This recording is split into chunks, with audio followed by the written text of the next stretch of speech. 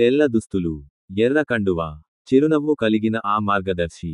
శ్రమించిన వానికి సంపద రాకపోతే అది దోపిడీ గాని న్యాయం కాదు.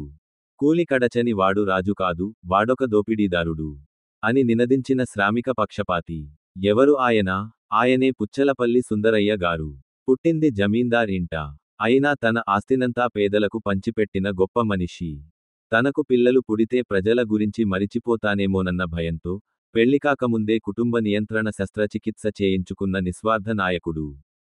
సంపన్నత మధ్య జన్మించిన జీవితం మాత్రం పేదల కోసం అంకితం చేశారు. పార్లమెంట్కు సైకిల్ మీదే వెళ్లే త్యాగశీలి. ఆయన కోసమే పార్లమెంట్లో సైకిల్ స్టాండ్. కుల హోదాను అస్వీకరించి తన పేరు నుంచి కులచిహ్నాన్ని తొలగించుకున్న ధైర్యవంతుడు. తమ్ముడిని డాక్టర్ చదివించి అతను నెల్లూరులో పేదలకు అతి తక్కువ ఖర్చుతో వైద్య సేవలు అందించే హాస్పిటల్ స్థాపించాడంటే దానికి మూలకారణం సుందరయ్య గారి ప్రేరణే. తెలంగాణ సాయుధ పోరాటంలో కీలక పాత్రధారి, కమ్యూనిస్టు గాంధీగా పిలవబడే ఈ మహానేతకు మే నెలలో ఆయన జయంతి సందర్భంగా మన హృదయపూర్వక శ్రద్ధాంజలులు.